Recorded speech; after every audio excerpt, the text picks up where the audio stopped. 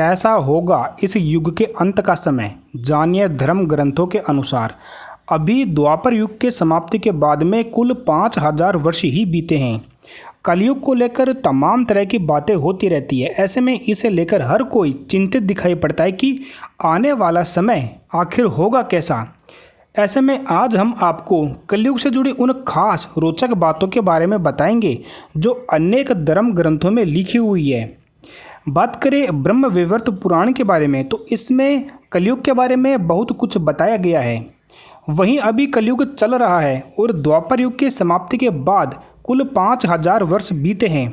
अधर्म फैलना शुरू हो गया है। ऐसे में अब इंसानों ने एक दूसरे के ऊपर भरोसा करना बंद कर दिया है। धर्म ग्रंथों के अनुसार कलयुग में एक समय ऐसा भी आएगा जब इंसान की उम्र बहुत कम रह जाएगी, युवावस्था समाप्त हो जाएगी। आने वाले समय में 20 की उम्र में ही आ जाएगा बुढ़ापा। ग्रंथों में इस सृष्टि के आरंभ से अंत तक के काल को 4 युगों में यानी कि सतयुग, त्रेता युग, द्वापर युग और कलयुग में बांटा गया है। कब होगा भगवान विष्णु का कल की अवतार, जाने कुछ रहस्य। कलयुग के अंत समय को लेकर अनेक धर्म ग्रंथों में कई रोचक बातें लिखी हुई है। आइए जानते हैं इस युग से जुड़ी कुछ ऐसी ही बातों को। ज्योतिष ग्रंथ सूर्य सिद्धांत में बताया गया है कि कलयुग जो है वो 4,32,000 वर्ष का होगा। वहीं देवताओं ने इन दिव्य वर्षों के आधार पर 4 युगों को मानव सौर वर्षों में अवधि में इस प्रकार बांटा है। जैसे कि बात करें सतयुग की तो वो 4800 दिव्य वर्ष के बराबर होगा। बात करें त्रेता युग की तो वो 3600 दिव्य वर्ष के बराबर होगा। बात करें द्वापर युग की तो वो 2400 दिव्य वर्ष के बराबर होगा। और बात करें कलयुग की तो वो 1200 दिव्य वर्ष के बराबर होगा। कलयुग में 16 वर्ष की आयु में ही लोगों के बाल पक जाएंगे और वो 20 वर्ष की आयु में ही वृद्ध हो जाएंगी, युवावस्था समाप्त हो जाएगी। ये बात सच भी प्रतीत होती है क्योंकि प्राचीन काल में इंसानों की औसत उम्र करीब 100 वर्ष रहा करती थी। उस काल में 100 वर्ष से कहीं अधिक जीने वाले लोग भी हुआ करते थे। लेकिन आज के समय में इंसानों की औसत आयु बहुत कम यानी कि 60 से 70 वर्ष हो गई है। भविष्य में भी इंसानों की औसत उम्र में कमी आने की संभावनाएं काफ़ी अधिक है क्योंकि प्राकृतिक वातावरण लगातार बिगड़ता जा रहा है और हमारी दिनचर्या बिल्कुल असंतुलित हो गई है। पुराने समय में लंबी उम्र के बाद ही बाल सफ़ेद होते थे, लेकिन आज के समय में युवावस्था में ही जो बाल हैं वो सफ़ेद हो जाते हैं। स्त्री हो या पुरुष दोनों के बाल सफ़ेद हो जाते हैं। जवानी के दिनों में जो बुढ़ापे के रोग होते हैं वो भी जवानी के दिनों में ही दिखने लग जाते हैं। और क्या होगा कलयुग के अंत में, आइए जानते हैं। पुरुष हो जाएंगी स्त्रियों के अधीन।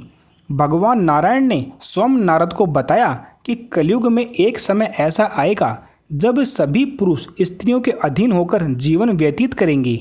हर घर में पत्नी ही पति पर राज करेगी। पतियों को डांट डपट सुननी पड़ेगी। पुरुषों की हालत नौकरों के समान हो जाएगी।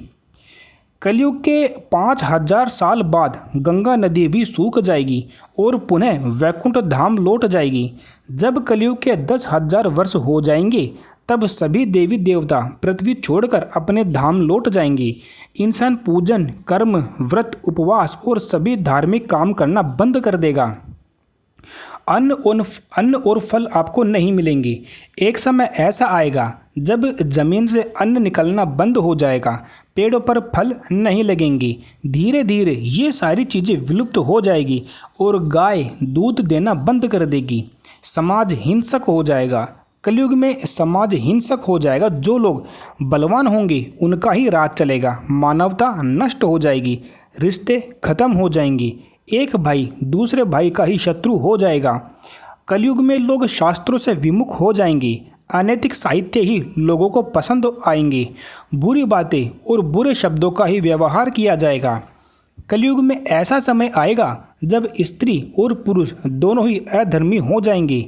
स्त्रियां पतिव्रत धर्म का पालन करना बंद कर देंगी और पुरुष भी ऐसा ही करेंगे। स्त्री और पुरुष से संबंधित सभी वैदिक नियम विलुप्त हो जाएंगे। कलयुग में चारों ओर अपराधियों की संख्या इतनी अधिक बढ़ जाएगी कि आम इंसान ठीक से जीवन नहीं जी पाएगा। लोग एक दूसरे के प्रति हिंसक हो जाएंगे और सभी के मन में पाप प्रवेश कर जाएगा। कलयुग के अंतिम काल में भगवान विष्णु का कल्कि अवतार होगा। ये अवतार विष्णु सया नामक ब्राह्मण के घर में जन्म लेगा। भगवान कल्कि सभी अधर्मियों का नाश करेंगे। भगवान कल्कि केवल 3 दिनों में ही पृथ्वी से समस्त अधर्मियों का नाश कर देंगे और बहुत सालों तक विश्व पर शासन करके धर्म की स्थापना करेंगे। कलयुग के अंतिम समय में बहुत मोटी धारा से लगातार वर्षा होगी, जिससे चारों ओर पानी ही पानी हो जाएगा। समस्त पृथ्वी जलमग्न हो जाएगी और प्राणियों का अंत हो जाएगा। इसके बाद में 1,70,000 वर्षों का एक संधि काल होगा, यानी कि एक युग के अंत और दूसरे युग के प्रारंभ के बीच का जो समय होता है उसे संधि काल कहते हैं। और इस संधि काल का समय बताया गया है 1,70,000 वर्ष। संधि काल के अंतिम चरण में एक साथ 12 सूर्य उदय होंगे और उनके तेज से पृथ्वी सूख जाएगी और पुनः सतयुग का आरंभ हो जाएगा। धर्म ग्रंथों के अनुसार जब जब धर्म की हानि होती है, ईश्वर अवतार लेकर अधर्म का अंत करते हैं। हिंदू धर्म में इस संदेश के साथ अलग अलग युगों में जगत और दुख और भय से मुक्ति करने वाले ईश्वर के कई अवतारों को पौराणिक प्रसंग हैं। दरअसल इनमें सच्चाई और अच्छे कामों को अपनाने के भी सबक दिए गए हैं। साथ ही इनके जरिए युग के बदलाव के साथ प्राणियों के कर्म, विचार और व्यवहार में भी अधर्म और पाप कर्म के बढ़ने के संकेत भी दिए गए हैं। तो ये सब होगा जब कलयुग का अंत होगा। तो आपको ये जानकारी कैसी लगी? कमेंट्स में अपने विचार हमें बता सकते हैं। यहाँ पर हम धर्म से संबंधित जानकारियाँ लाते रहते हैं। ऐसी ही और जानकारी प्राप्त करने के लिए चैनल को सब्सक्राइब करें। धन्यवाद।